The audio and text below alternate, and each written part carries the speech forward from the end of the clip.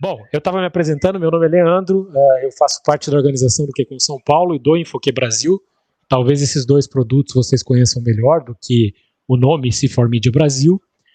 E esse aqui é o primeiro QCon Pocket que a gente está fazendo, né? Mas por que é o QCon Pocket? Nesse cenário que a gente está vivendo de isolamento social e até com o adiamento do QCon São Paulo, a gente está pensando em como manter o QCon próximo de vocês, próximo das pessoas, mantendo aquela questão sempre da qualidade do conteúdo que a gente leva. A gente resolveu fazer isso num experimento de um formato de um evento mais curto e mais descontraído, eu diria. Então, se vocês vieram com a expectativa hoje de ver uma pessoa aqui falando o tempo todo, apesar de eu estar falando bastante já, não vai ser isso que vocês vão encontrar. A ideia, como eu conversei com o Emerson, o Fábio e o Daniel, é que a gente tem aqui um papo muito próximo a um papo de boteco que a gente teria se a gente tivesse sentado hoje se confraternizando, podendo ver um ao outro e conversando sobre perfis de profissionais do desenvolvimento de software. Então o tema de hoje é a gente falar de especialistas, T-shaped e full stack. Qual é o perfil profissional que me garante uma boa carreira? E aí o disclaimer básico é: não existe resposta única, não existe o melhor perfil.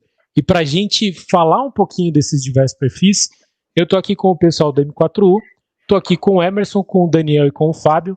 Já agradeço de antemão os três aí pela participação.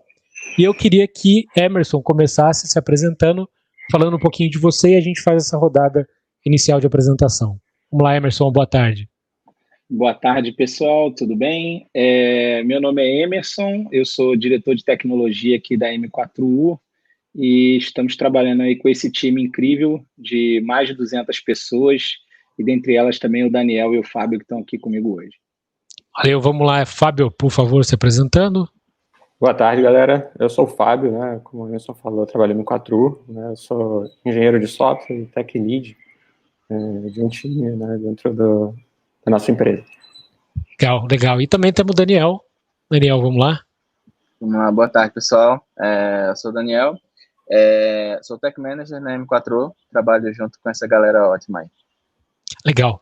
Muito bem. Bom, começando o papo de hoje, como eu falei, a gente vai falar de especialista, full stack e T-shaped, né? Existem certamente outros tipos de perfil, nosso foco vai ser nesses três, e a gente estava aqui num bate-papo prévio. O especialista acho que é o mais simples da gente falar o que é o especialista. O especialista é uma pessoa especialista numa determinada área específica, né?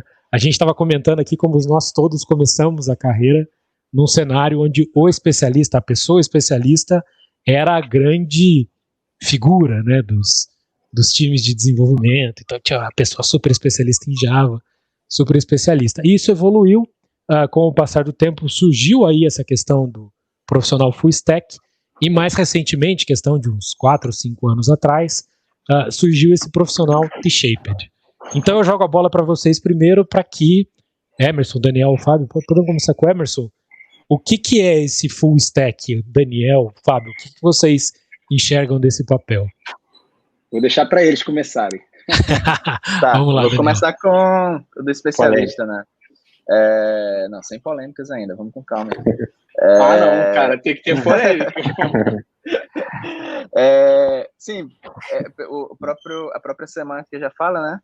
Um profissional que tem um profundo conhecimento em algumas áreas específicas e correlatas, né? Ele, de fato, foi um perfil extremamente procurado no mercado. Eu passei por isso, acredito que o Emerson, o Fábio também passamos por esse tipo de demanda no mercado, mas a gente viveu exatamente a transformação disso, né? Assim, e não na questão das atribuições técnicas puramente, mas nas questões de mentalidade dos especialistas. Então, as empresas, elas precisam de especialistas, até hoje elas precisam de especialistas, que a gente vai discutir melhor quando a gente for falar da T-shaped, mas elas não podem ter pessoas que limitem-se a fazer o seu trabalho. Ou não podem, pessoal, só para deixar claro, assim, empresas... a visão que eu tenho hoje, a experiência que eu tenho de empresas, como elas estão se portando nisso. Então, por exemplo, eu passei por empresas que tinham especialistas em diversas tecnologias e que, em determinado momento, a demanda dele, ela conseguiu ser encaminhada, a demanda matriz da especialidade dele conseguiu ser sanada dentro da empresa, e eles começaram naturalmente a absorver outros conhecimentos. Então, eu fui um desses, era especialista em algumas áreas e comecei a aprender outras, e isso foi muito positivo. Não sei como é que foi a experiência de vocês, Emerson e Fábio, se quiserem falar um pouquinho. Quer falar, Fábio? Deixa eu falar. Minha experiência, né, começando aos 14 anos, 13 anos atrás, foi realmente buscando o mercado, né? Acho que é o que acontece com todo mundo que está chegando no nosso mercado, entender, cara, como é que estão as vagas, né? O que as empresas estão pedindo do profissional? E aí eu esbarrei já com essa visão, né? Pô, o mercado pedia especialista na época ali, no cenário que eu estava, né? Especialistas em Java, então eu foquei totalmente assim, na carreira, pô, vou estudar Java a fundo e tal, eu quero tirar. Aí até um outro assunto polêmico, né? Mas tirar a certificação, você é o cara arquiteto, tinha aquela visão, né? De, pô, faz sentido, né? Tem um caminho a trilhar ali. E à medida que eu fui, né, trabalhando, tendo mais contato com outras coisas, eu vi que, putz, era muito limitado, né? Se eu parasse naquele cenário, né? Se eu fosse só a fundo ali, eu ia me limitar em muita coisa.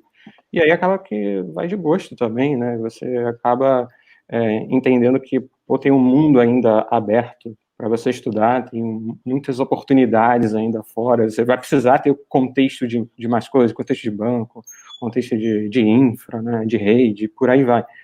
E aí acaba que, na minha carreira foi assim, né, eu fui levado a, eu preciso entender o máximo de coisas que eu conseguir, então a minha brincadeira sempre foi essa, assim, eu quero aprender tal linguagem, eu quero aprender tal plataforma mobile, back-end, front. Então, a minha carreira foi muito nesse sentido. Eu acredito que muitas das pessoas também passaram por isso, né? Dependendo da empresa que você caiu, do projeto que você caiu, você foi moldando ali o seu conhecimento, né? Então, esse seria o meu ponto, assim. Eu comecei pensando que eu seria um especialista, meu objetivo máximo era, né, especializar, ganhar um certificado ali de arquiteto, depois eu entendi, não é nada disso que eu quero entender tudo para depois me aprofundar em algo, de repente, um pouquinho mais sólido, e aí a minha carreira foi moldando, né, como grande parte da gente, né, o mercado vai moldando. Vai moldando, exato.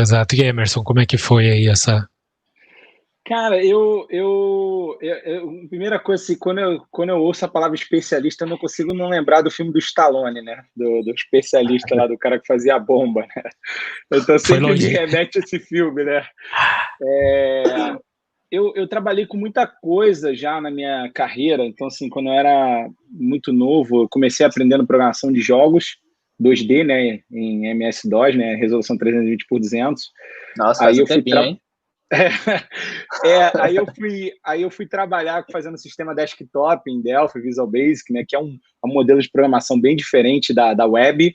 Aí depois eu fui trabalhar com web muito com back-end. Depois eu fiquei um tempão fazendo coisa de front-end pra caramba, né? Na época que não tinha jQuery, não tinha React, não tinha nada disso. Então, tinha horas que eu me considerava um especialista front-end, outras horas eu me considerava um especialista de programação desktop, outras horas back-end. Então, assim, como a tecnologia de cada coisa vai mudando um pouco, né? Então, antigamente você fazia infra na mão, aí depois você passou a fazer infra com Puppet Chef, depois veio o Ansible. Hoje em dia você faz com Terraform ou CloudFormation. Então, o que eu era especialista na época que eu trabalhava mais com infra, hoje eu já não sou mais, porque hoje já tem outras coisas que eu não aprendi, né? E eu, como transitei por muitas áreas diferentes, né, competências diferentes do full stack, digamos assim, cada hora eu me sentia um pouco mais especialista em alguma coisa, né? Porque eu acabava ficando alguns anos trabalhando só com back-end ou só com front-end, até que em alguns momentos eu acabei trabalhando com tudo, né? Eu já trabalhei em modelos onde você tinha que trabalhar com uma coisa só, então você virava um especialista, digamos assim. E depois trabalhei também em modelos que você tinha que trabalhar com tudo. Você fazia tudo de ponta a ponta, né? Desenvolvia o software de ponta a ponta. Então foi meio isso, assim, como você disse, não tem muito certo e errado, né? Tem consequências das escolhas que a gente faz e daquilo que a gente decide levar para a nossa carreira. Eu, particularmente, sempre gostei de me expor a tudo que fosse tecnologia, independente se é banco de dados, se é infraestrutura, se é front-end, se é back-end, o que eu estou fazendo em si. Mas, de fato, eu continuo achando até hoje que cada um tem alguma coisa que se considera mais forte, né? Mais aquilo que você domina mais, né? Independente do que você faz hoje, né? Mas é aquilo que você viveu na sua carreira, né? Então tem gente que viveu mais do front-end, mais do back-end, né? Enfim, tem muito isso, né?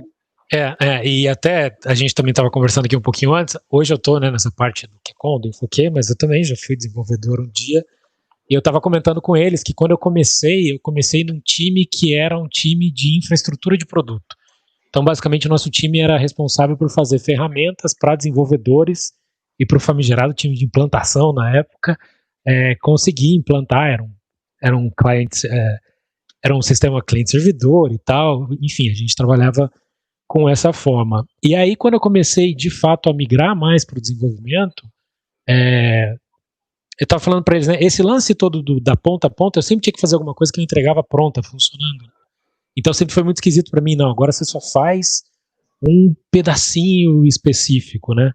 E a frustração chegou a tal ponto, quando eu fui virando o especialista do especialista, porque aí tinha assim, né, o especialista em arquitetura, o especialista em design e modelagem, até que eu lembro que uma hora eu me vi um especialista em converter o ML em código Java. Aí eu falei, cara, tem alguma coisa muito errada. E aí o trauma foi... É isso, Xdoclet com EJB. E aí eu lembro que o trauma chegou a tal ponto que eu fui fazer faculdade em outra área. Eu fui fazer biologia na faculdade, pra vocês terem uma ideia. E aí, quando eu voltei para computação, para essa área de desenvolvimento, foi quando eu estava iniciando a questão do desenvolvimento ágil, que deu uma quebrada um pouco nisso, né? O desenvolvimento ágil trouxe mais uma pegada naquela questão de times multifuncionais e tal. E aí veio surgindo a questão do full stack. Aí eu lembro que eu falei, cara, desse jeito eu acho mais legal trabalhar. Assim como vocês, né, eu sempre gostei de me expor a outras coisas e tudo mais. E o que eu percebo é que com o tempo esse full stack acabou ganhando uma relevância maior e até sempre em volta de umas polêmicas muito grandes, né? É possível ser full stack? Não é possível ser full stack? A gente estava até rindo aqui internamente que um dos artigos que a gente compartilhou a leitura antes de vir falar aqui com vocês, tem uma pessoa que define que full stack é aquele profissional capaz de inserir um bug em qualquer camada de uma aplicação. Como é que vocês enxergam essa questão do full stack? E aí a próxima coisa que vem esse T-shaped parece ser um pouco de uma evolução desse perfil full stack, né? Talvez até um pouco de uma coisa meio híbrida do full stack com o especialista. Então, como vocês enxergam aí no dia a dia de vocês essa questão do full stack e esse perfil T-shaped que surgiu? Tá, vamos lá. Falar, galera? Começando as polêmicas. Começa aí, Daniel. Eu queria trazer alguns exemplos numa camada superficial para não expor nada, né? Mas assim, eu trabalhei com vários profissionais full stack, vários profissionais especialistas, vários profissionais T-shaped, naturalmente sem nem eles saberem que eram esse tipo de profissional. Mas especificamente falando de M4U, quando eu entrei primeira semana, assim, conversando com a galera, entendendo como é que era o dia a dia deles, não só da parte de devs em si, mas eu vi algumas pessoas com algum receio, porque, segundo elas, né, ouviram coisas do tipo, não, todo mundo é full stack, e todo mundo tem que saber mexer em tudo, e todo mundo tem que saber resolver tudo, e todo mundo tem que entregar isso aqui, a mesma coisa. Então, aí eu fiquei, caramba, mas full stack não é isso, né? Mas vamos entender por que essas pessoas entenderam isso. E aí eu comecei a fazer algumas perguntas mais direcionadas e tal, e aí o que é que eu vi? Existe uma certa confusão, não que a gente deva caminhar sempre para uma definição, né? Mas existe uma certa confusão quando a gente não tem uma boa definição e a gente passa isso como uma diretriz para as pessoas. Não foi esse o problema da M4U, tá? O problema da M4U foi outro, mas já foi resolvido. E o que é que eu vi com o pessoal? Que é o seguinte, galera, e aí citando exemplos, tem pessoas nos meus times que têm o skill de ser SRE, É a galera que conhece muito bem de cloud, que a gente precisa dessa galera na empresa. E existem outras pessoas que não eles, e que não pessoas do nosso círculo de desenvolvimento, que entendiam que a entrega dessas pessoas deveria ser uma entrega puramente igual a de um desenvolvedor full stack. Então, esse cara teria, teoricamente, toda a capacidade e todo o interesse até de entregar código front-end, back-end, banco de dados, só que isso não era a forma... misturaram-se dois conceitos aí, né? Misturou-se o full stack a nível de desenvolvimento, o full stack a nível de infraestrutura cloud, que é o caminho que a gente tá indo. Então, meio que eu tive que fazer um trabalho de desconstrução disso com a galera. Então, galera, não, full stack. Aí eu entrei numa definição mais mercadológica, né, do que acontece. O full stack basicamente é o que você falou, é o cara que vai conseguir colocar bug em qualquer parte do sistema, mas porque invariavelmente a gente leva para o T-shaped, né? Você tem que ser bom em alguma coisa. Então, você é pegar o meu caso como full stack, assim, eu nunca fui um desenvolvedor bom de front-end. Nunca fui. Eu me considero um desenvolvedor mediano para bom de back-end. Mas, assim, se chegasse agora, até como chegou, né, Emerson, que a gente perdeu um feriado trabalhando com front-end aí, chegou pra gente, eu tive que programar junto com a galera, o Emerson também entrou para programar junto com a gente, era uma coisa de front, e a gente conseguiu sair do outro lado. Saiu com a mesma velocidade que teria que se tivesse um especialista? Com certeza não. Mas eu fui capaz, o Emerson foi capaz também de, mesmo fora da minha área de conforto tecnológico, a gente conseguiu entregar o que a gente precisava, né? Então eu vi essas coisas na M4, eu não sei se vocês viram também, pessoal, esse tipo de discussão. Eu lembro bem, assim, acho que tem dois pontos aí, né? Acho que tem, não só na empresa que a gente trabalha, que é a M4U, mas em outras experiências que a gente tem, eu também faço muito uma reflexão de como você comunica, né? Não é só a pessoa talvez entendeu mal, às vezes a comunicação que foi feita não foi da forma correta, né? Então é importante também, principalmente eu na minha posição tento sempre pensar, né? Como é que a gente está comunicando as coisas? Como é que a gente está conversando? Será que a gente está sendo claro? Será que a gente está explicando? Porque nem todo mundo conhece esses conceitos, né? Se você for para parar para pensar, nem todo mundo conhece isso e entende qual é a diferença. Então, e cada pessoa recebe de um jeito. Então, talvez, quando você fala assim, pessoal, agora a gente vai ser full stack. Aí a pessoa que é muito especializada em uma coisa, ela toma um susto. E se colocando no lugar do outro, isso pode ser muito legítimo, né? Então, acho que o cuidado na comunicação também é importante e, obviamente, em diversos contextos que eu participei, eu já vivi esse modelo onde a empresa entende que não pode ter só especialistas ali, porque isso tem diversas questões de gargalos que se cria, mas como comunicar isso direito para as pessoas, como explicar para elas que isso é uma oportunidade também de aprendizado, que isso é uma oportunidade delas desenvolverem novos skills e que a empresa reconhece o valor daquilo que ela já tem como qualidade maior na sua carreira, né? Daquilo que trouxe essa pessoa até a posição que ela chegou, até o nível de senioridade que ela está. Então, isso é muito importante também, como comunica. Então, é muito comum, sim, né, acontecer isso. Eu vivi isso em diversos contextos. Acho que tem um outro lado também, que quem é desenvolvedor, eu acho saudável a pessoa estar aberta a aprender coisas novas, né, e a ampliar seus horizontes. Mesmo que ela não goste, por exemplo, eu conheço pessoas, eu já trabalhei muito com front-end em outras épocas, né? Então, assim, eu consegui pegar bem, né? Principalmente na época que não tinha frameworks para você fazer, ou muitas libs para te ajudar, então você acabava aprendendo mesmo como fazer o negócio por baixo dos panos, né? Então, eu vejo isso com bons olhos. Só que quando você pega amigos que eu tenho, eles dizem, cara, eu odeio front-end. Tem muita gente que detesta front-end, assim como tem muita gente que detesta back-end, detesta infra e tal, mas pelo menos aprender um pouco e saber um pouco daquilo, mal não vai fazer. Vai te ajudar em alguma coisa, quando você tiver um problema e etc. Então, é sempre bom ampliar o horizonte, né? E obviamente, a empresa tem que criar um ambiente saudável para que essas pessoas consigam se desenvolver e que todo mundo saiba que aquelas pessoas talvez nunca fizeram aquilo ali, né? Então, por exemplo, uma pessoa de front-end nunca fez back-end e ela vai tentar fazer, então um colega vai parear junto com ela, vai ajudar.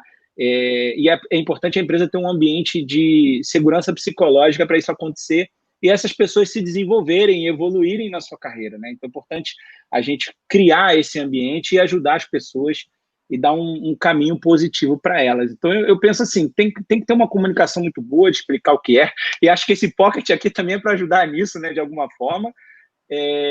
Mas é importante também o pessoal estar com a cabeça aberta, né, para aprender outras coisas, para ampliar seus horizontes, que é sempre bom. Eu trabalhei com a galera na outra empresa. Cara, esse time era muito pequenininho. Éramos 4. Um desenvolvedor júnior, moleque nunca fez faculdade na vida, aprendeu a programar na raça. E a gente começou a fazer algumas coisas. E assim, a parte de desenvolvimento era dominada. Assim, os desenvolvedores eram muito bons, só que a gente precisava rodar em algum lugar, a gente precisava subir uma infra. E assim, uma das premissas quando a gente começou essa unidade de negócio lá, foi assim, a gente não quer ter um time separado de infraestrutura, a gente não quer depender de outros times de infraestrutura, nós temos que cuidar início ao fim da nossa, do que a gente vai construir aqui. E eu achei muito legal porque assim, eu assumi a parte de infra, enquanto a galera ia botando os produtos, que a gente tinha que rolar os produtos muito rápido para o time to market, né, da empresa e tal. Só que naturalmente os próprios desenvolvedores que nunca tiveram contato, por exemplo, eu subi um cluster de Kubernetes lá, e não é tão trivial assim a gente rodar as coisas lá, e os próprios desenvolvedores conseguiram abrir esse leque de aprendizado, eles se interessaram em monitoramento, como é que eles monitoram isso, eles sabiam que eles não iam ter um N1 para tomar de conta do que a gente fazia. Eu vi que tem até alguns deles aqui no chat.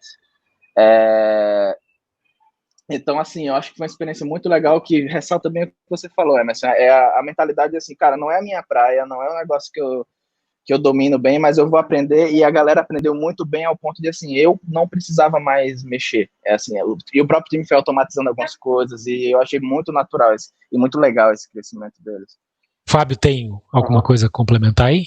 Eu acho que tem até um passo antes, né, que a gente deveria balizar, né, o que é a full stack. É muito difícil, né, tipo, qual é o tamanho da régua? Para algumas pessoas, full stack Exato. é front e back-end, para outros não, é banco, DevOps, ou não, o cara tem que conhecer alguma coisa de cloud, né, já cria essa dificuldade clara de não ser algo que você consegue definir um começo e fim, né.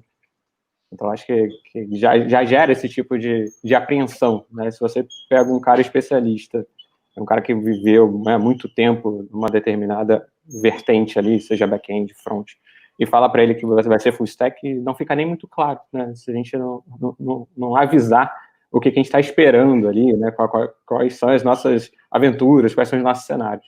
Acho que aí entra esse ponto que o Emerson colocou, né? Se você não tem um processo... O full stack virou faz tudo, né? O full stack virou faz tudo. Exato, e tem até aproveitando a deixa que o Daniel falou, eu esqueci de dizer, o pessoal que está escutando a gente participando, tem o chat aí do lado, a gente está de olho no chat, podem escrever coisas ali, eventualmente a gente vai conseguir trazer perguntas para cá e tudo mais.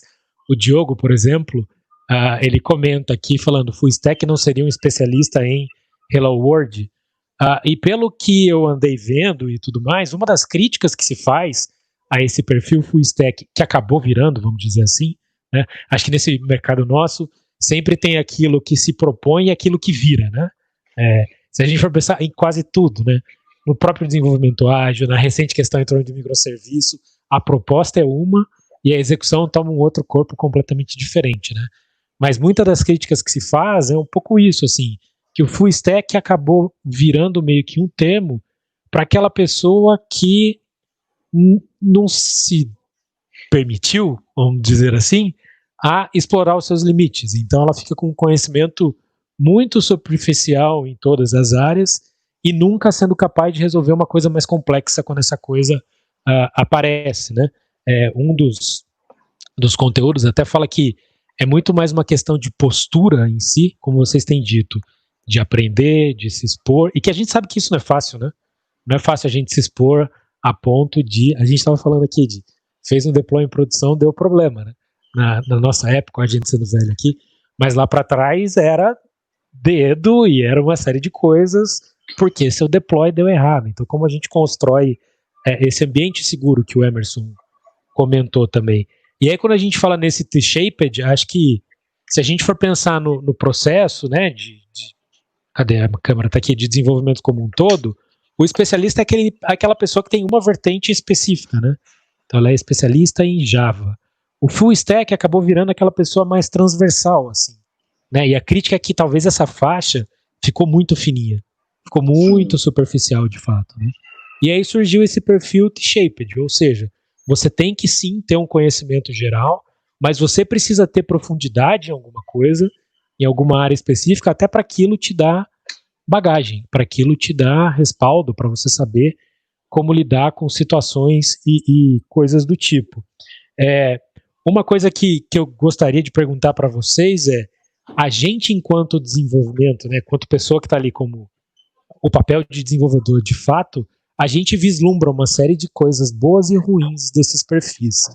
Hoje vocês estão numa posição que ainda tem uma prática técnica, eu não tenho dúvida, você estava falando que o Emerson virou fim de semana fazendo coisa aí, mas vocês estão com um foco também na gestão desses profissionais, né?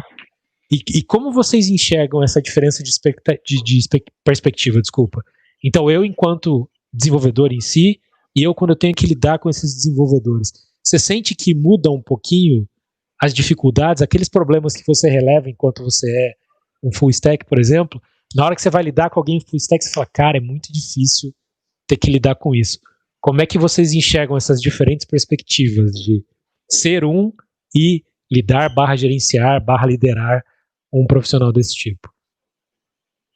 Quem quer começar, galera? Eu já comecei as duas primeiras. Vai, Fábio, agora é você, Fábio. Vamos de novo aqui, então. Acho que hoje, né, pelo menos no cenário que eu me encontro, e no cenário um pouquinho mais atrás, aí, eu tenho cada vez mais vivido um cenário onde as pessoas têm ainda aquele perfil, né, de full stack, mas eu vejo cada vez mais a galera tendo alguma profundidade em alguma delas, então sendo mais shaped mesmo, né, isso tem facilitado.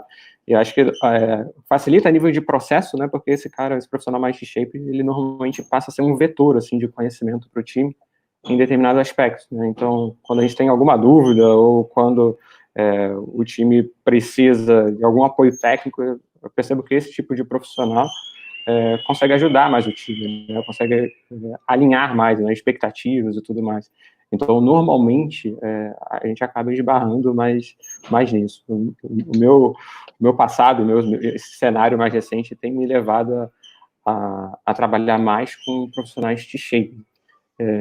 Então, o profissional full stack acaba não estou tendo muito contato, né, só com um cara que é muito genérico, muito generalista. Eu acho que é até difícil na carreira o cara ser só generalista, né? Em algum momento ele vai precisar apontar para alguma direção, em algum momento ele vai precisar fazer alguma investigação a fundo, e acaba sendo até natural do cara precisar ter que estudar algo mais a fundo.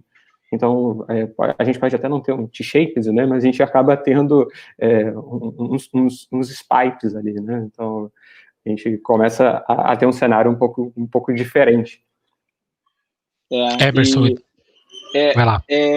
Eu gosto de pensar assim, concordo com tudo que o Fábio falou, né, até eu acho, assim, pegando o gancho no que você falou antes, Leandro, que o full stack foi tipo uma ponte para o T-shaped, sabe? Acho que foi assim, o primeiro movimento foi, galera, a gente não precisa ser só olhar para um negócio só, a gente pode aprender mais.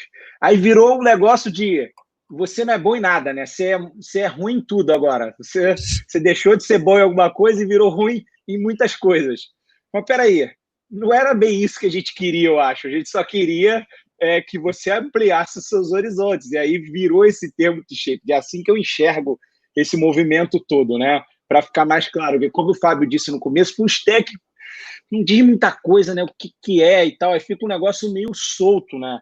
Meio até onde vai, né? Como é que esse negócio vai? E eu, como eu sou um amante de futebol e todos os meus amigos me conhecem e sabem disso, eu gosto de falar assim, cara, T-shaped é o cabeça de área que quando o zagueiro é expulso, ele vai pra zaga e consegue jogar na zaga. Ele não vai ser o melhor zagueiro, mas ele joga, né? Ou quando um zagueiro é expulso, tira um atacante, aí o meia ataca junto com o segundo atacante, dá um jeito ali. São as pessoas que elas conseguem fazer outros papéis quando não precisa fazer os outros papéis, né? Então, o fato de eu lidar com hoje, né, na minha posição, que foi a tua pergunta inicial, é muito tentar dar essa visão para as pessoas, né? Dizer assim, olha, eu sei que você é bom nisso aqui, mas você pode ajudar em outras coisas e é até bom para você aprender, né? E isso expande os horizontes das suas decisões. Por quê? Se uma pessoa é muito boa de back-end, mas ela não tem a mínima ideia de como o front-end vai consumir sua API, ou que impactos a escolha que ela está fazendo do back-end impacta na infraestrutura, as decisões dela ficam muito limitadas e os problemas que podem causar, ela não vai ter muita visão de como melhorar aquilo que ela está fazendo, né? Então, por mais que a pessoa seja muito boa em uma competência, eu tento passar essa visão de que saber das outras coisas não ajuda só a empresa, ajuda a própria pessoa a entender como que ela faz melhor o seu trabalho para colaborar com as outras partes do sistema, né? Porque o sistema não é uma peça isolada que não comunica com nada, né? Então, isso é muito importante. Então, por exemplo, eu preciso fazer uma API, algum back-end que vai ser consumido por um GraphQL. É diferente você fazer isso do que fazer uma coisa que vai ser RESTful. São diferentes, abordagens diferentes, porque são mecânicas diferentes, né? Eu vou fazer uma coisa que vai rodar numa máquina de unidade computacional maior ou menor. Tem diferenças de abordagem de como você faz.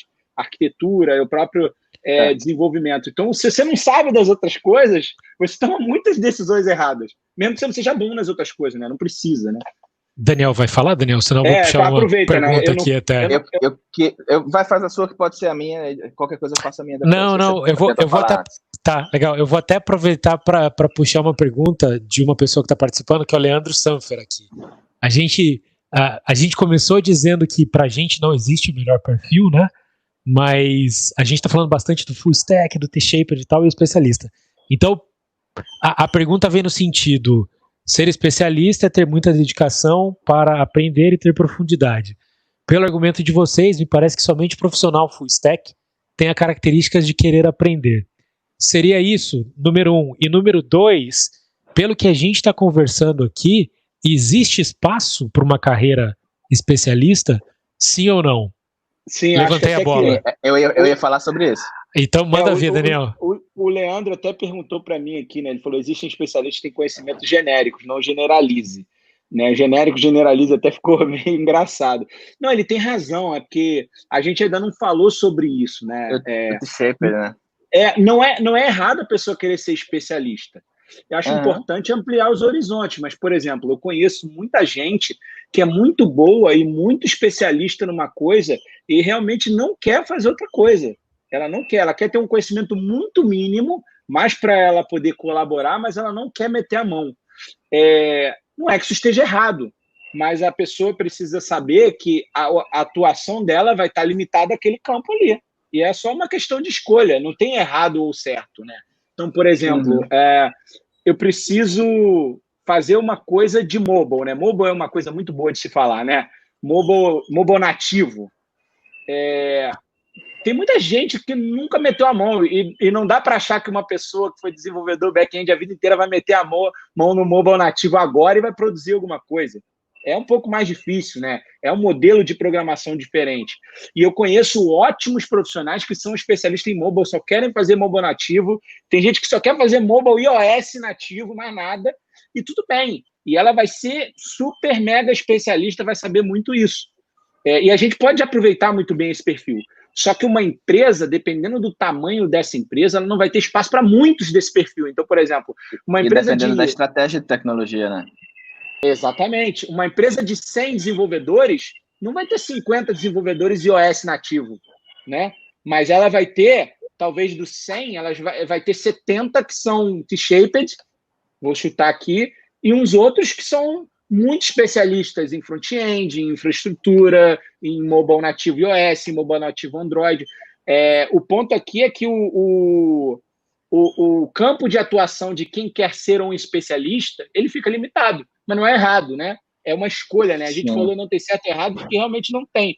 É só as consequências de cada escolha que a pessoa faz, né? E depende da estratégia da empresa, do perfil da empresa, que tipo de empresa que é. É uma empresa que faz o quê, né? Isso é muito relativo. Daniel, que eu consigo contribuir, Emerson. Era exatamente sobre isso que eu ia falar. Eu estou acompanhando o chat aqui também, pessoal. E eu vou te responder em alguns passos, Leandro. E aí é bom que a gente já encaminha para um assunto de T-Shaped, que é uma das perguntas que você fez, caminha para isso, naturalmente, né? Cara, eu vou usar o meu exemplo, tá? Eu me considero especialista em uma coisa específica, de meios de pagamento, que é a questão de transação bandeirada, é uma ISO específica, ISO 8583. Então, assim, quando a gente fala quando eu falo que eu sou especialista nisso, eu estou falando para você que eu vou até o bit, byte, até o socket, e eu consigo saber o que é que está trafegando lá, e como é que isso funciona, e eu consigo. Qual foi o meu break-even, né? E qual foi o trade-off que eu coloquei para a minha carreira sobre isso? Se eu poderia ficar nisso, e assim, transação de cartão de crédito, eu acredito que enquanto eu estiver vivo, isso não vai morrer. Pode ser que outras coisas cheguem no caminho, mas isso não vai morrer, vai ter demanda para isso, e as empresas precisam desses profissionais. Mas eu percebi que no mundo de tecnologia, e aí é uma visão minha, tá? Não estou dizendo que tem certo e errado aqui. Seria melhor para minha carreira que eu aprendesse outras coisas, e não necessariamente que as minhas coisas mais genéricas, elas seriam coisas técnicas. Eu até me aprofundei mais em outras coisas técnicas, não com a mesma profundidade que eu estou dizendo que eu tenho nessa parte de transações bandeiradas. Mas até soft skills entram também como outras coisas. Então, assim, eu me considero um especialista, eu me considero uma pessoa que eu sempre corri atrás, então não são condições mutuamente excludentes. Você ser um especialista não quer dizer que você não vai aprender outras coisas, mas a questão e eu tenho especialistas dentro dos meus times hoje, que são extremamente competentes, extremamente necessárias para a estratégia de tecnologia Exato. Que a gente atua. Então, eu tenho pessoas que elas têm um conhecimento profundo demais em uma coisa, e elas estão resolvendo problemas que a gente precisa com velocidade e qualidade, que eu não conseguiria resolver, apesar de eu ter um conhecimento mais superficial.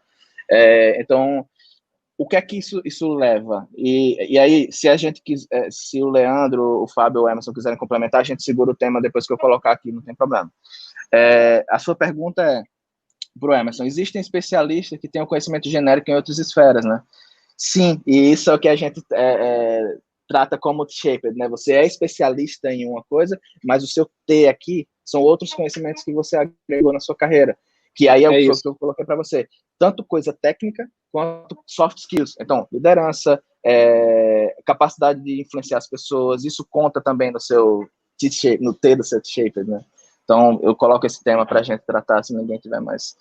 Não, e acho que tem só um último ponto importante, que é, até se a pessoa quiser ser um especialista, só especialista, ela não quiser ser T-shaped, existem oportunidades para isso, né? É mais uma questão de, se você não quiser desenvolver nenhum outro skill, você é um profissional também que tem valor.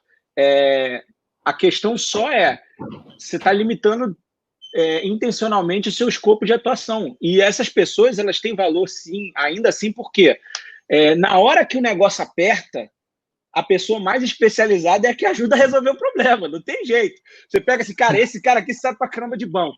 Vem cá, vamos resolver o problema de banco. Esse cara aqui essa menina aqui é a menina que sabe pra caramba de back-end, ou esse cara aqui sabe muito de front-end, ou essa menina que sabe de infra.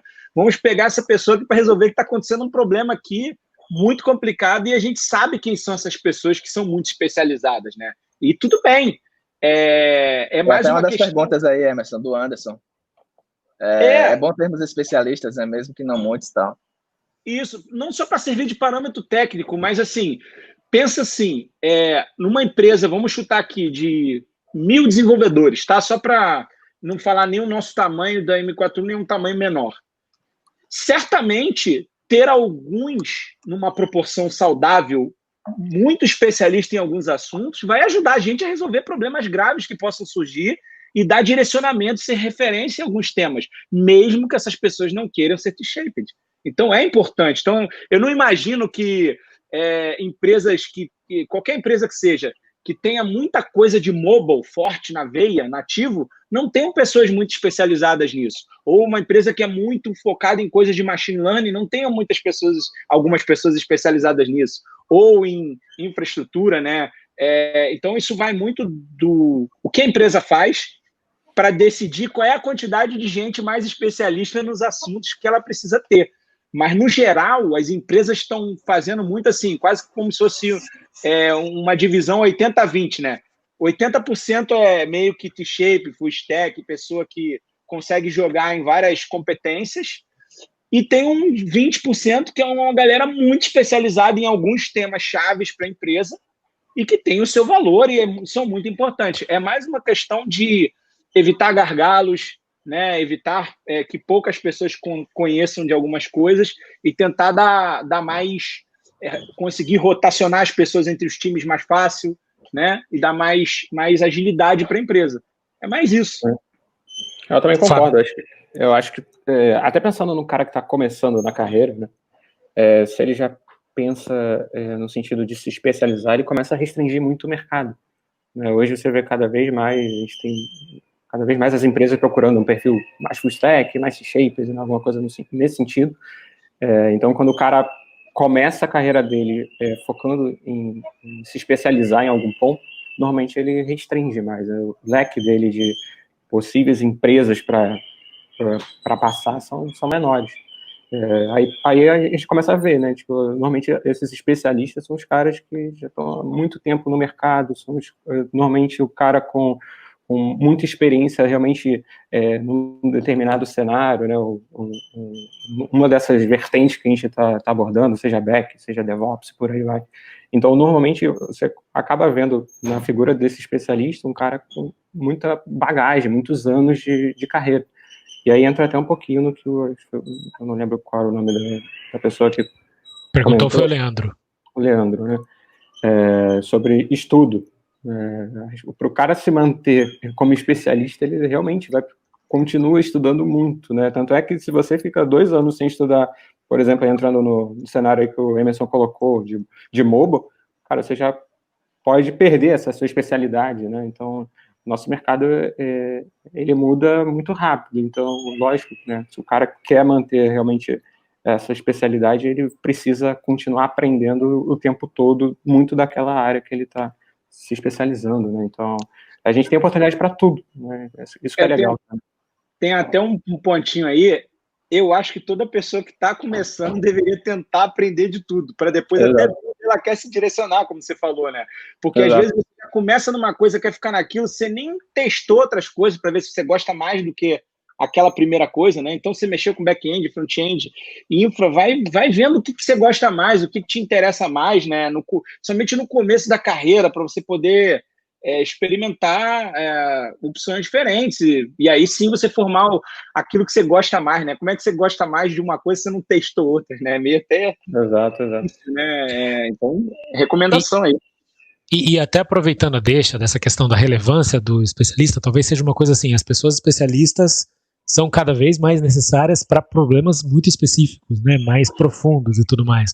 Um dos conteúdos que a gente usou para mexer muito nessa conversa é uma publicação feita pelo pessoal do Netflix, da Netflix, né? Onde eles falam desse papel de Full Cycle Developer. Eu tentei criar um bit.ly aqui para deixar um pouquinho mais fácil. Então esse bit.ly/pocket-m4 Netflix vai levar para esse artigo onde eles contam como foi o processo deles de ter times só de especialistas, depois ter um time multifuncional ainda com pessoas especialistas dentro desse time, até eles chegarem num formato onde eles criaram os times que são mais T-shaped, vamos dizer assim, de uma certa forma, e os especialistas ficam ao redor desses times. Então, por exemplo, eles falam que a gente pode pensar no Chaos Monkey lá, por exemplo, que é uma das soluções mais famosas da Netflix, né? A galera que fez o Chaos Monkey é uma galera muito especialista na questão de disponibilidade, responsividade e tudo mais. E eles fazem essas ferramentas para a galera que está no desenvolvimento de novas funcionalidades, novos produtos. Aí sim, esses profissionais T-shaped invistam o tempo dele em lidar com essas coisas que não requerem um conhecimento tão específico, né? Eles falam muito que todo o processo de desenvolvimento de software, no fundo, é para que você consiga cada vez mais e mais rápido validar ideias através de softwares, né? E aí o que se diz é que talvez profissionais nesse perfil T-shaped sejam mais responsivos nesse sentido, mas não que não precisem dos especialistas. Talvez a regra do 80-20 que o Emerson colocou acaba calhando bem com essa questão, né? E eu tenho percebido que vocês têm falado bastante de uma questão de uma preferência do mercado por esse ou por aquele perfil. Como é que vocês, dentro da M4U hoje, enxergam isso? Então, beleza, a gente busca mais como alguém. Tem um microfone vazando aqui. Alô, alô? Tem alguém com o microfone vazando aí, parou. Então, como dentro da M4U, vocês enxergam esses perfis, o que vocês geralmente buscam e quais são as grandes dificuldades para encontrar profissionais desse tipo hoje em dia? Tá, eu vou começar essa então, já que eles começaram as outras. A gente, no último ano aí, a gente fez alguns ajustes nesse sentido, né? O que a gente tem conversado bastante? A gente entende, como empresa, que cada pessoa é boa numa área, né, de competência. E tem até pessoas que são boas em mais de uma coisa, tá? Tem gente que é muito boa de back-end infra, back-end front-end, enfim, mobile e front web, tem alguns perfis desse sentido. O que a gente tem tentado fazer com o nosso time interno e também nas contratações, a gente tentar procurar perfis de pessoas que estejam dispostas a aprender outra coisa, mesmo que ela não tenha isso já, né, no seu dia a dia. Então, por exemplo, a gente entrevistou um candidato X ou uma candidata, e essa pessoa ela tem fundamentalmente back-end no seu skill, né? A gente tenta na entrevista identificar se ela entende que pode contribuir com outras coisas, mesmo que ela tenha que aprender.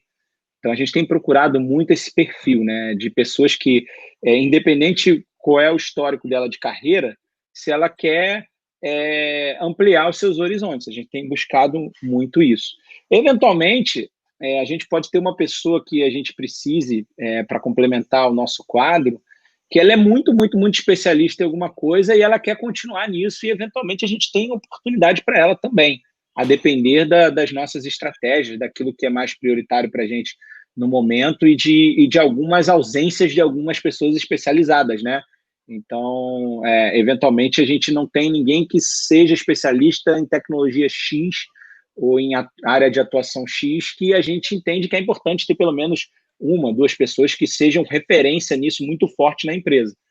Então, a gente também quer ter esse tipo de pessoa, né, para a gente poder se ajudar, né, porque às vezes fica um buraco, de fato, né, você fala assim, pô, mas tem tal coisa que ninguém conhece disso, né, é ruim, né, não ter, se isso é uma tecnologia ou uma área de atuação tecnológica que a empresa tem como um ponto importante, né? Tem outras coisas que não são um ponto importante para a empresa, porque não é a área de atuação da empresa, então a gente não precisa ter alguém mais especializado, né? Porque a nossa empresa, essencialmente, é uma empresa que faz pagamentos, né? Cuida de canais de pagamento, enfim, faz toda uma cadeia de pagamento para os nossos clientes. Então, obviamente, os nossos especialistas, vou dizer assim, ou especialistas /T-shaped, muito do foco deles tem que estar a ver com o tipo de tecnologia e atuação tecnológica que envolve essa atuação, né? A gente não está fazendo microcontrolador e nem outro tipo de coisa para a gente procurar pessoas que tenham outras competências, mas no geral está nesse esquema de back-end, front-end, infraestrutura, mobile, né? Agora a gente tem um pouco de machine learning também, inteligência de dados, enfim, é muito nesses perfis. Então a gente está procurando gente primariamente hoje que, obviamente, seja bom em alguma competência daquilo que ela se desenvolveu durante a carreira, mas principalmente com muita vontade de aprender e se desenvolver. Hoje a gente busca muito isso para a nossa empresa, para poder evoluir. Legal. Daniel, Fábio, tem alguma coisa a complementar? Eu tenho com um casezinho, mas eu falo depois do Fábio. Tá.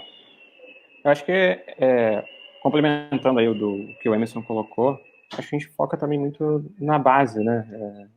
Por mais que o cara tenha, quando eu falo cara, né, homem, mulher, mas por mais que a pessoa ela tenha a especialidade, seja back-end, seja front, seja mobile, tem interseções ali de boas práticas de programação que são comuns, né? Então, métricas de software, qualidade, como é que você mede, testes, né? São práticas que a gente precisa ter no nosso dia a dia, né, monitoramento, alarmística e por aí vai, né, logs, e acho que a gente está muito mais interessado nesse tipo, né, de conhecimento do que realmente, em alguns cenários ali, a especialidade. Então, acho que a base é importante, né? Qualquer que seja o caminho, a gente sabe que tem algo a trilhar, né? Se a pessoa vai para front, se a pessoa vai para back-end, tem aquele conhecimento ali necessário para performar bem. E eu acho que é isso que a gente tenta analisar também, né, durante as nossas entrevistas, se essa base está sólida, né? Porque se essa base estiver sólida, a gente consegue fazer com que o progresso dessa pessoa, né, em outras vertentes seja mais fácil.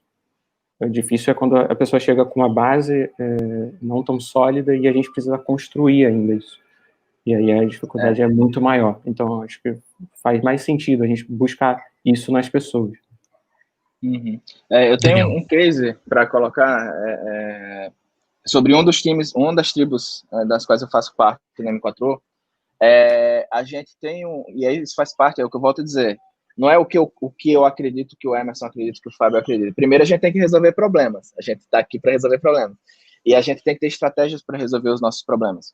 Então, eu tenho um dos times que a gente tem uma necessidade maior nesse momento de empresa que a gente está vivendo, para onde a gente quer chegar, de atuar muito forte em cloud services, em certas automações, e que os nossos desenvolvedores, eles não conseguem, nem eu espero isso deles, com essa velocidade que a empresa precisa. Seria até desleal a gente cobrar isso deles, não, vocês têm que fazer tudo e tem que ser assim. Então, o que é que a gente fez? Pegamos algumas pessoas que têm um perfil, eu vou colocar entre aspas aqui, especialista / T-shaped, porque eu não consigo nem dizer assim com uma certa clareza, não, esse aqui é especialista, esse aqui é T-shaped, porque todos eles, para mim, têm qualidades que os tornariam meio que T-shaped. E essas pessoas, elas estão distribuídas agora dentro dos times para construírem algumas coisas mais ou menos como o Netflix fez na estratégia deles, né, de engenharias. Eu não quero que o meu desenvolvedor, minha desenvolvedora, fique perdendo tempo, gastando tempo com coisas que outras pessoas poderiam resolver, entregar pronta para eles e que eles conseguiriam tocar a vida deles para frente. Então, a gente está vivendo isso hoje em alguns dos times da M4U. O que tem sido bem legal, assim, a forma que isso foi construído com o pessoal, aonde a gente sabe onde a gente quer chegar com isso, no nosso nível de maturidade de DevOps, em geral. E é isso, sobre esse ponto. Legal, legal. Eu acho até que vou puxar um gancho aqui, né? Que o que acontece? Para você facilitar com que o time faça o trabalho de ponta a ponta, que foi o que o Netflix mostra lá naquele artigo, né, do que eles chamam de full cycle, né, nem chamam nem de full stack, né? Exato.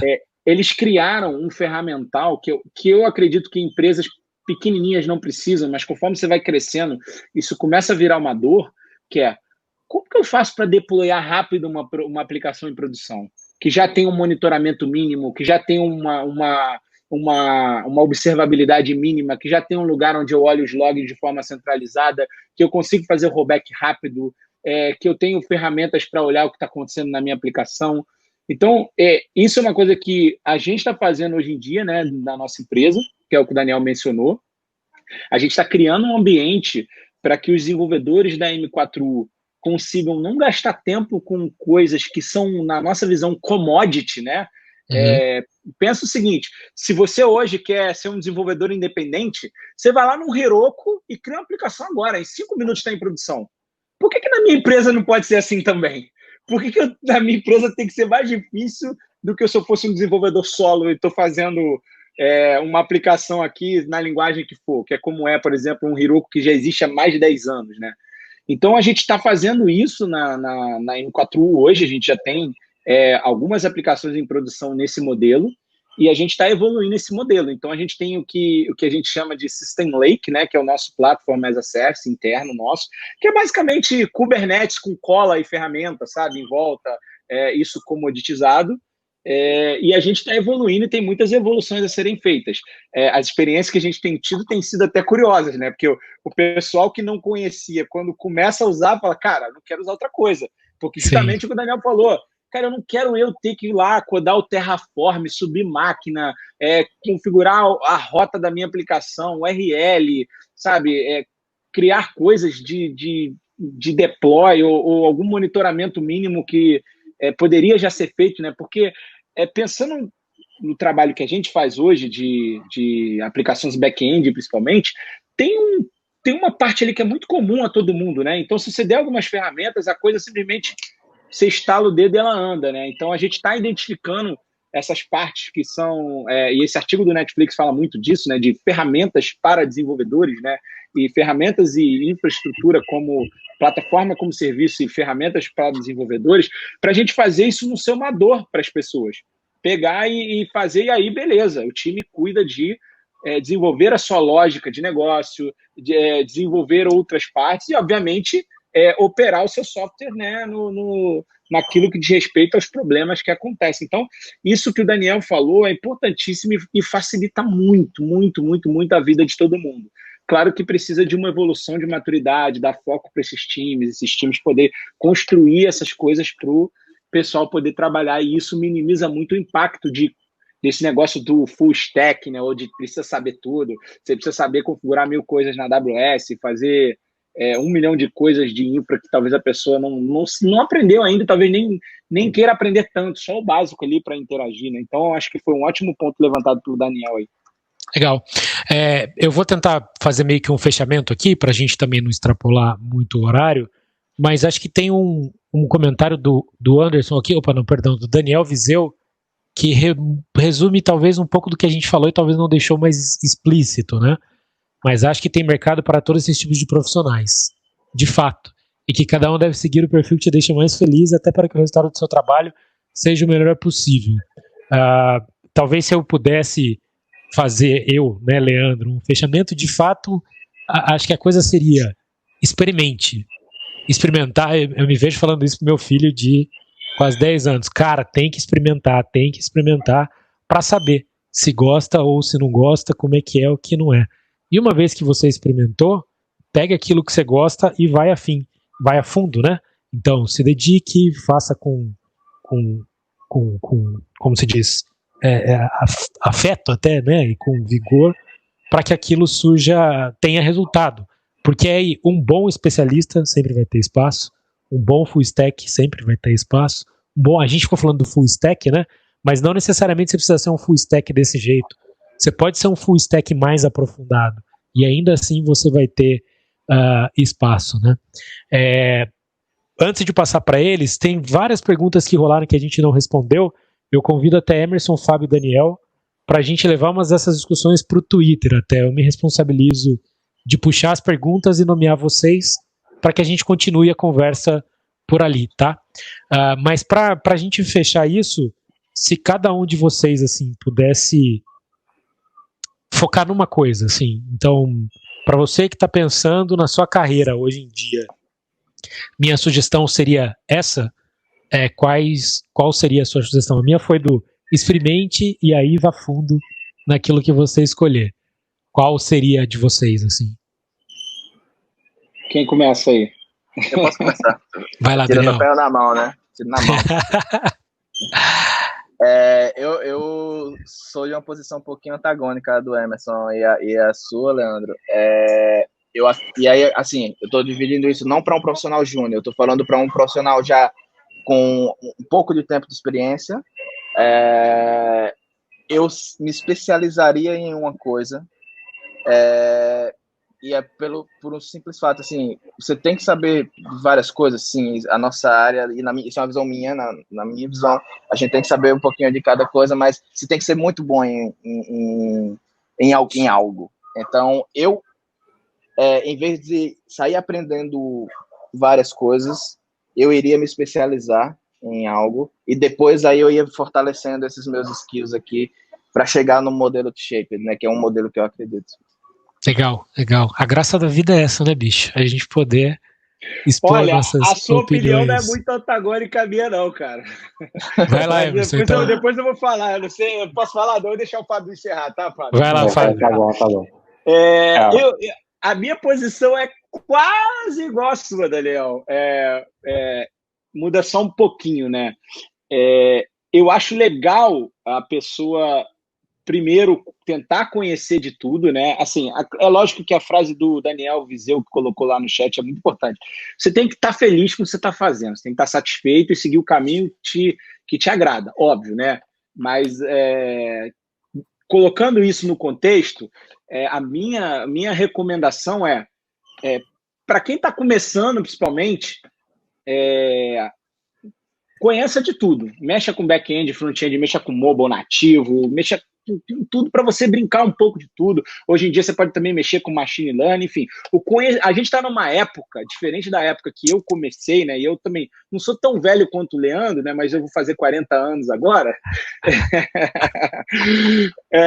Mas não tinha, cara. Eu tinha que ir no centro da cidade aqui do Rio de Janeiro tentar catar livro, né? Em 1994, 1995, ficar correndo atrás de livro, porque não existia nem Amazon para vender livro internacional. Hoje em dia você aprende o que você quiser, então se expõe a tudo, aprende back-end, front-end, infra, cloud, aprende banco de dados, aprende conhecimento material, livro, blog, Udemy, tá tudo aí. Aprende um pouco, vê o que você gosta mais. E aí, o que você gostar mais, você acha que te interessa mais, você ficou mais... cada um tem seus motivos, suas aptidões, emburaca nisso aí. Aí é o que eu tô falando, que eu concordo 100% com o Daniel, cara. Emburaca nisso aí. Vai lá e fica bom nesse negócio. Eu também acho muito importante você ser bom em alguma coisa. Você ser conhecido por ser bom em alguma coisa. Acho que isso é muito importante. Então, por exemplo, o Daniel falou o negócio lá da ISO, lá de pagamento. Eu gastei muito tempo da minha vida me especializando em projetar e implementar, que eu não acredito nessas duas coisas separadas, arquiteturas de software altamente escaláveis e que conseguem ter um volume de tráfego absurdo. Isso muito pelos contextos que eu trabalhei, então eu resolvi aprender e estudar muito sobre isso, né? Que soluções arquiteturais eu consigo dar para ter o menor custo possível e o melhor resultado de performance e escalabilidade possível. E isso envolve, obviamente, que runtime você vai escolher, que linguagem você vai escolher, que banco de dados você vai escolher, como é que você monta essa arquitetura para escalar, enfim, tem vários aspectos dessa solução, obviamente. Então, eu gastei tempo nisso, então eu posso falar, cara, nisso eu sou bom, eu sei fazer isso bem. Então, eu me aprofundei nisso, gastei muito tempo nesse negócio. Mas, ao mesmo tempo, eu codei muito front-end, eu mexi pra caramba com banco, mexi pra caramba com infra, né? Questão de data center físico, e ampliei meus horizontes. Então, a minha recomendação tá começando? Amplie seus horizontes logo, conheça de todo um pouco, depois que você vê uma coisa que você gosta muito, fica bom naquilo ali para você ser conhecido como bom em alguma coisa. E depois você faz o restante com o que você achar que quer fazer. Se você achar que quer ficar só bom naquilo ali e não quer ver mais nada, é uma opção tua. Não é a minha recomendação. A gente sabe que não tem certo e errado, né? Esse é o objetivo aqui do Pocket, mas, obviamente, cada um tem a sua opinião, e aqui agora eu estou colocando a minha opinião mesmo, que eu recomendo que você seja bom em algo, mas amplie seus horizontes para você conhecer mais coisas e também expandir. Viu, Daniel? Minha posição não é muito antagônica, só, não, é bem parecida. Tava esperando a pancadaria agora. Vamos lá, Fábio. Tá todo mundo convergendo aí, né? A minha recomendação seria realmente no sentido de fortalecer a base, né? Porque o nosso mercado é muito dinâmico. Então, se a gente olhar para 2007, 2006, estava surgindo o mobile. Então, você não tinha nenhum especialista nisso. Então, com um mercado muito dinâmico, você precisa ter uma base forte, porque hoje você está sendo especialista em um cenário, né, uma vertente, e daqui a 10 anos pode não ser mais aquele ponto, né, que vai, de fato, influenciar você na sua carreira. Então, eu buscaria isso, né, fortalecer sempre a base, buscar essas referências, né, seja referência por livro, a gente tem vários livros aí como referência para bons profissionais, boas referências mesmo da nossa área para a gente acompanhar. Então, eu iria mais nesse caminho de que com uma base sólida, qualquer que seja o caminho que você resolva trilhar, vai ser muito mais fácil. Então, se você está começando, a minha sugestão é que entenda um pouquinho, né, olhe para aqueles livros clássicos que todo mundo comenta, Clean Code, Refactoring e tudo mais. São bases importantes que você vai precisar em qualquer que seja o caminho que você vai trilhar. E se você já está na área, olhe a fundo o que você queira olhar. Se você tiver um perfil mais especialista, mas não deixe de acompanhar o mercado, né?